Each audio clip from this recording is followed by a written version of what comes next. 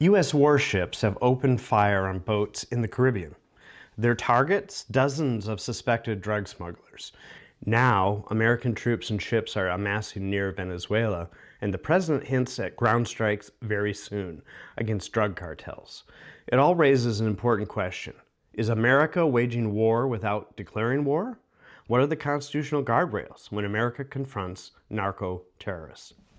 This scenario isn't just about drug traffickers. It's about the U.S. Constitution, that old piece of parchment we say we revere.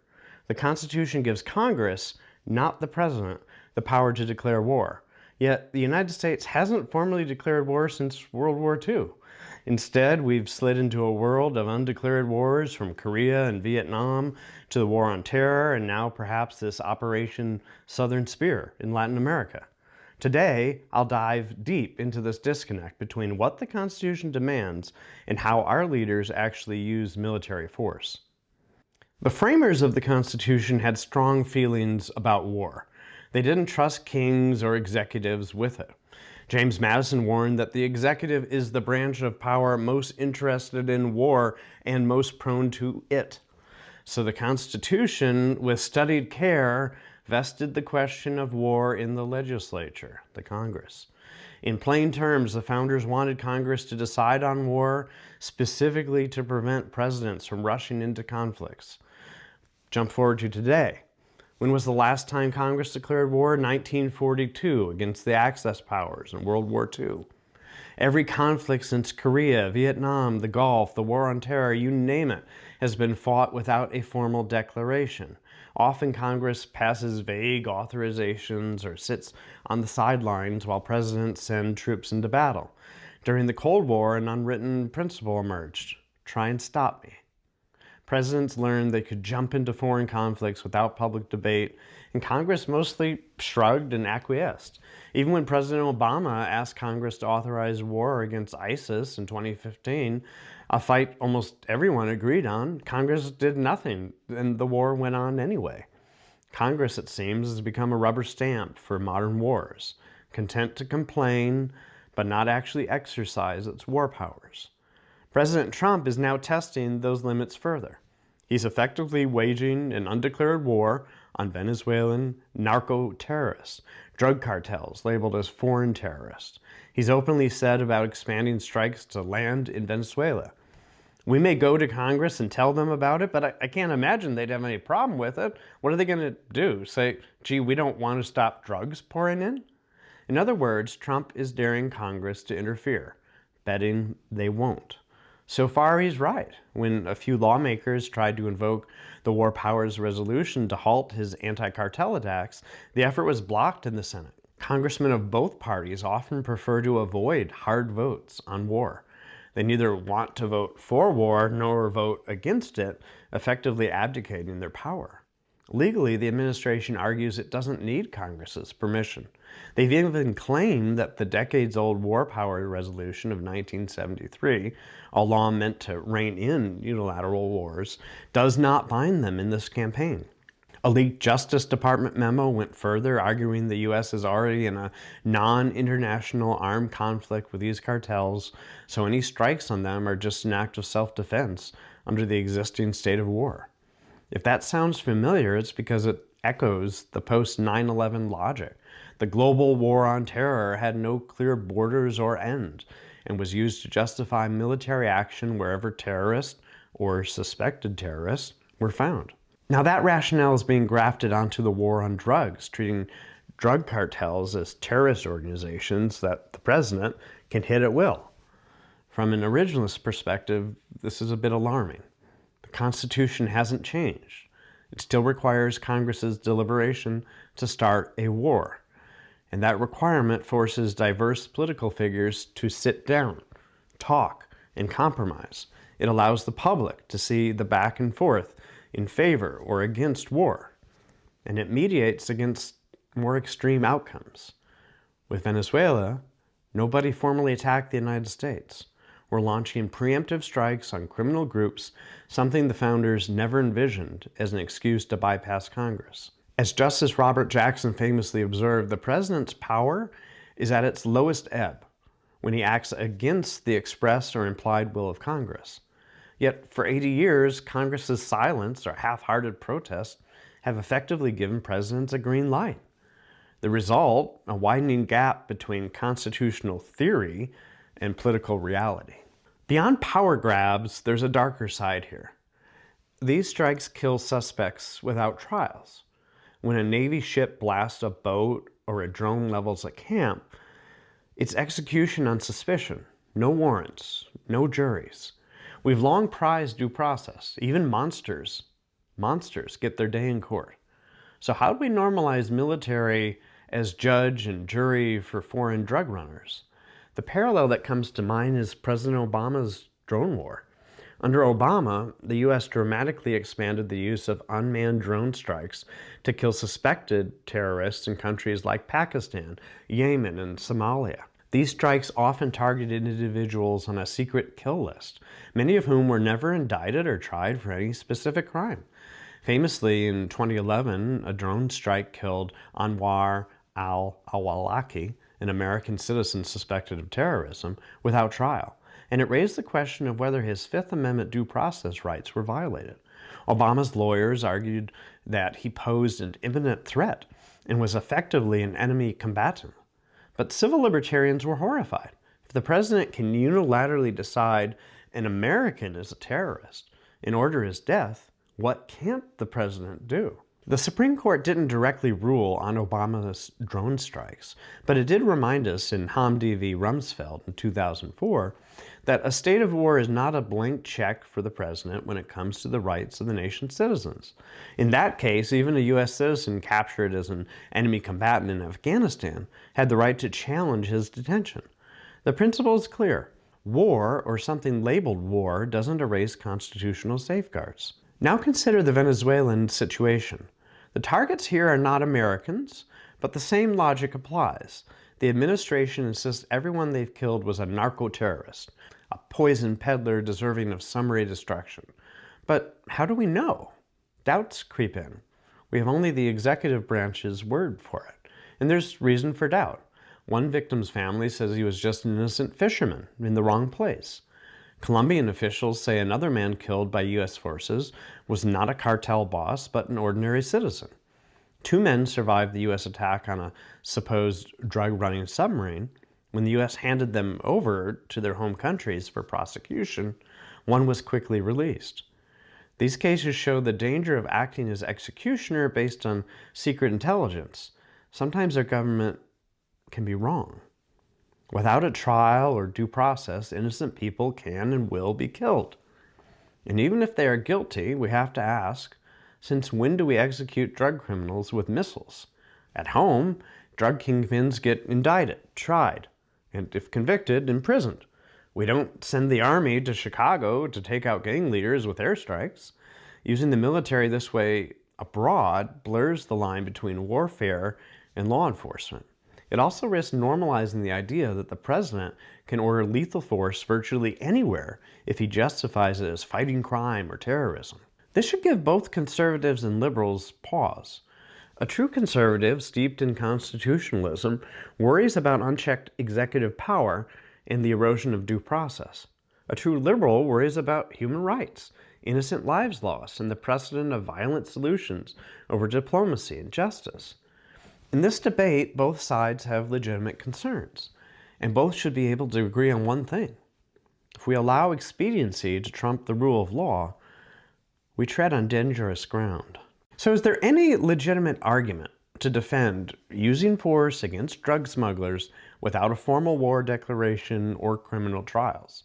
Advocates have floated some creative analogies from history. One is the comparison to pirates. In the early 19th century, the U.S. fought the Barbary pirates in the Mediterranean and battled piracy in the Caribbean. These were not conventional nation-state wars. They were fights against non-state actors who threatened American lives and commerce, much like drug cartels do today. Notably, President Thomas Jefferson sent the Navy to confront the Barbary pirates without an official declaration of war. Congress did approve military action, but it stopped short of a full declaration.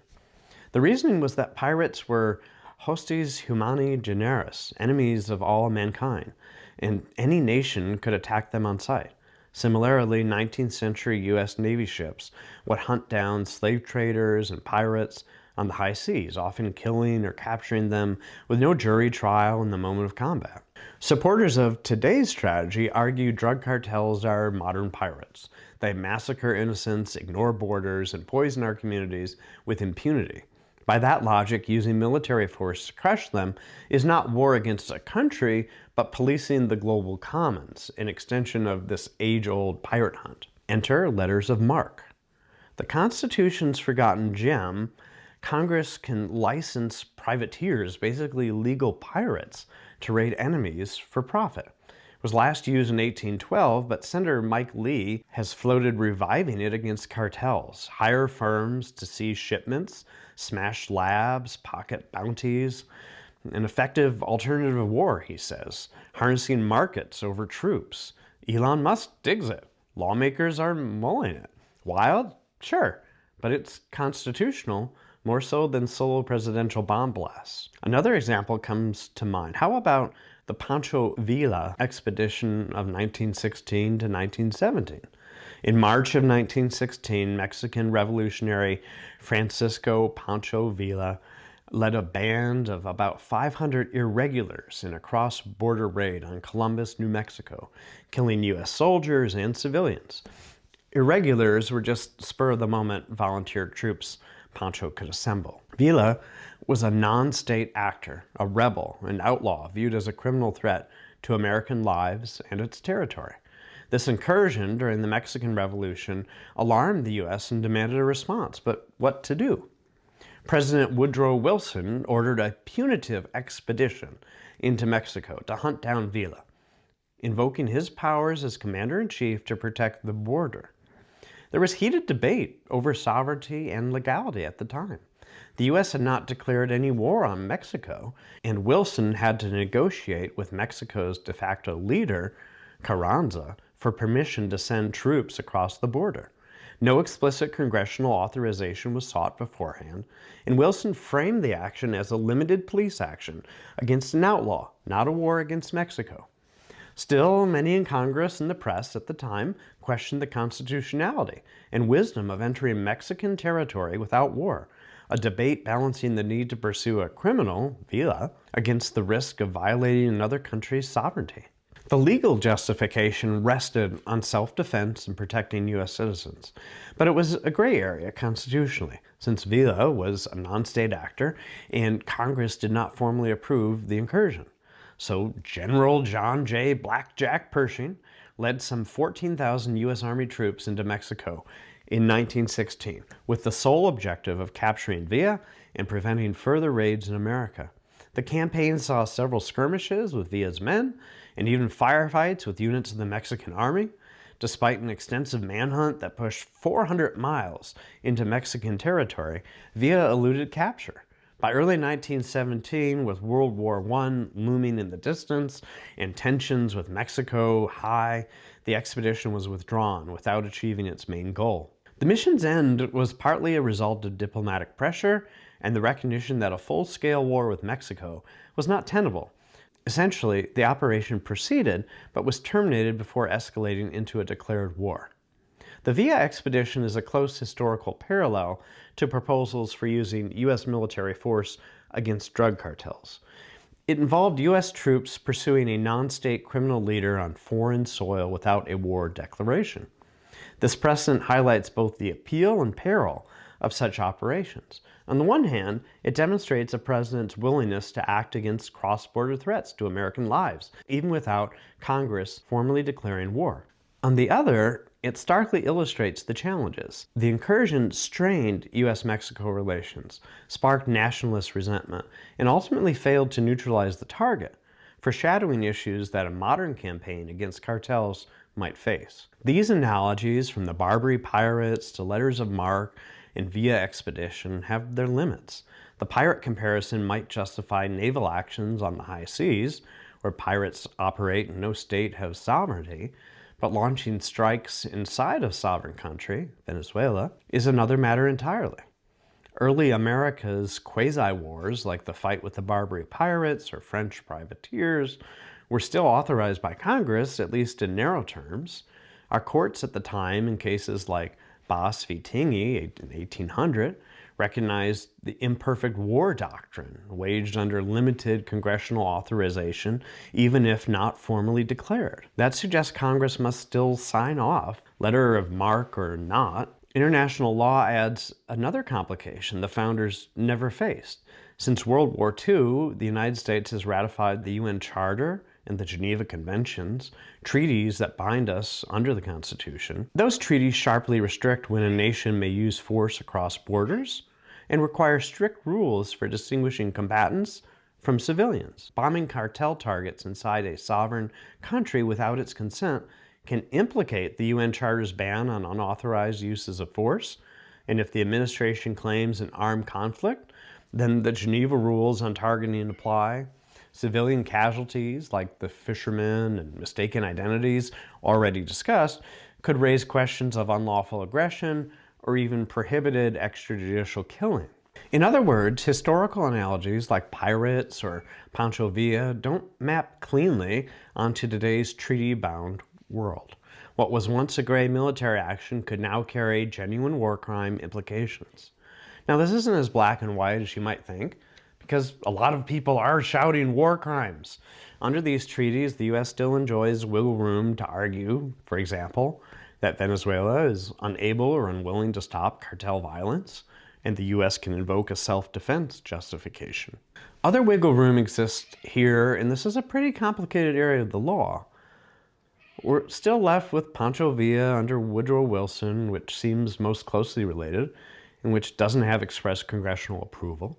Can Trump claim the same sort of police expedition authority that Wilson did in claiming that American use of military against narco-terrorists is all about protecting Americans from harm? Is bombing allegedly drug smuggling boats similar to what President Wilson did to stop raids by Villa in New Mexico? And if Congress backed off then, and has a history of backing off on issues of the president invoking war powers, will it back off here? The most compelling argument in favor of using force is the sheer scale of the harm drug cartels cause. Tens of thousands of Americans die each year from narcotics flooding over our borders. Cartels in places like Venezuela, Mexico, and elsewhere operate with near impunity, sometimes protected by corrupt governments. In this view, treating cartels as a national security threat akin to terrorists might be justified. And indeed, the Trump administration officially designated some of the cartels as a foreign terrorist organization, the same label we use for Al-Qaeda or ISIS. That designation might not legally permit military force by itself, but it signals the intent to treat drug lords not as mere criminals, but as enemy combatants. Historically, Congress did authorize military force against international terror groups after 9/11, and multiple presidents have used that authorization for use of military force to justify strikes far beyond Afghanistan. One could argue that if it's legal to rain down missiles on an ISIS safe house in Syria without a declaration of war, like Obama did, or to move troops into a foreign country to pursue a dangerous non-state actor like Wilson did, then why not a cartel compound in the Venezuelan jungle? Under historical trends, Trump has a lot of room to say he's just doing what Obama or Woodrow Wilson did. So no big deal. Or is it? The counter-argument is that Congress never authorized war on drug cartels, and if that's needed, Congress should do it explicitly, not let the executive branch cook up analogy after analogy to other wars and other conflicts. It's not every day that Americans confront the prospect of a quasi-war in the Western Hemisphere over drug trafficking. For decades, both conservative and liberal leaders have frankly ignored constitutional standards when it comes to war powers. Liberal justices and scholars often focused on protecting civil liberties during war, for example, ensuring habeas corpus for detainees, but seldom challenged the initiation of war itself. Conservative justices, often deferential to executive power in foreign affairs, haven't forced the issue either. The Supreme Court has mostly ducked the core question of whether the president can fight wars without a congressional declaration, often calling it a political question, or finding that no one has standing to sue. In practice, this means no Supreme Court case squarely forbids the president from using military force at his discretion, aside from the constraint that Congress controls funding. So it might take a public shock to change this trajectory. Perhaps the specter of American forces storming into Venezuela without Congress's explicit approval will be that shock. Imagine the fallout: U.S. soldiers in combat in Latin America, potential casualties, international condemnation, maybe even an unexpected escalation with the Venezuelan regime or its allies. Americans across the spectrum might finally wake up and say, hold on, who decided to risk a new war? In an era of polarization, one hopeful sign is that a coalition of strange bedfellows is already demanding a return to constitutional norms. You see libertarian conservatives like Senator Rand Paul teaming up with progressive Democrats to enforce the War Powers Act and force votes on these actions. You see human rights advocates and constitutional originalists both objecting, albeit for very different reasons, to an imperial presidency that can kill at will. This could be a rare moment of left-right agreement, that Congress must reclaim its role, and that if America is going to use military force, it must be debated and authorized in the open, not decided by one man's phone call with generals. Perhaps even the Supreme Court, if faced with an extreme case, would feel compelled to uphold the Constitution's original design. After all, as Justice Hugo Black wrote in Youngstown, the Constitution is not silent in war. Our highest law doesn't vanish when the guns fire. Rather, it is exactly in moments of crisis that we must hold it dearest. In a few minutes of dramatic footage, a military operation can stir our national pride or thirst for justice, drug traffickers eliminated, mission accomplished.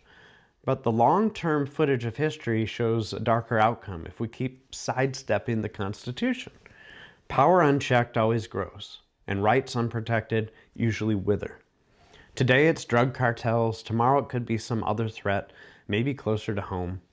If we normalize war by executive fiat, we may awake one day to find that we live under what the founders feared: an executive with essentially monarchical power over war and peace. That prospect should concern every American, left or right. This debate isn't about being pro or anti-war on drugs. It's about insisting that even our most righteous causes follow the lawful path. The Constitution provides tools.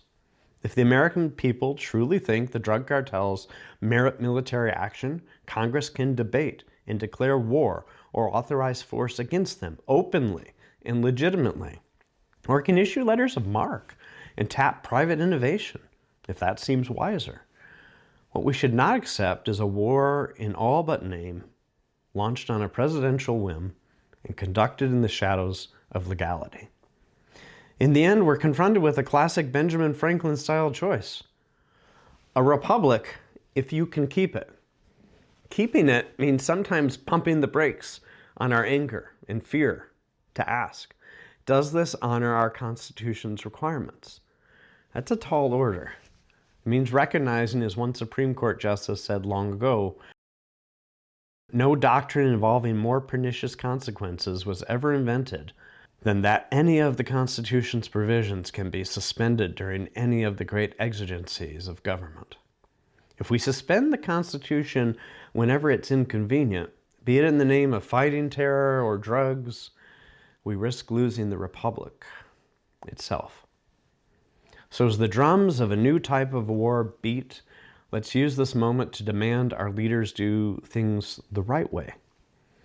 A dramatic showdown over cartel hunting in Venezuela could become a watershed moment, one that finally prompts Americans and their representatives to reassert the old truth that no one, not even the president, is above the Constitution. And that might be the most patriotic outcome of all. I'm Benjamin Barr, and my job as a constitutional litigator is to give you the tools necessary to solve today's constitutional controversies. Please take the time to like and subscribe to the channel, as it sure helps with our educational project here. And join us next week as we discuss yet another constitutional controversy.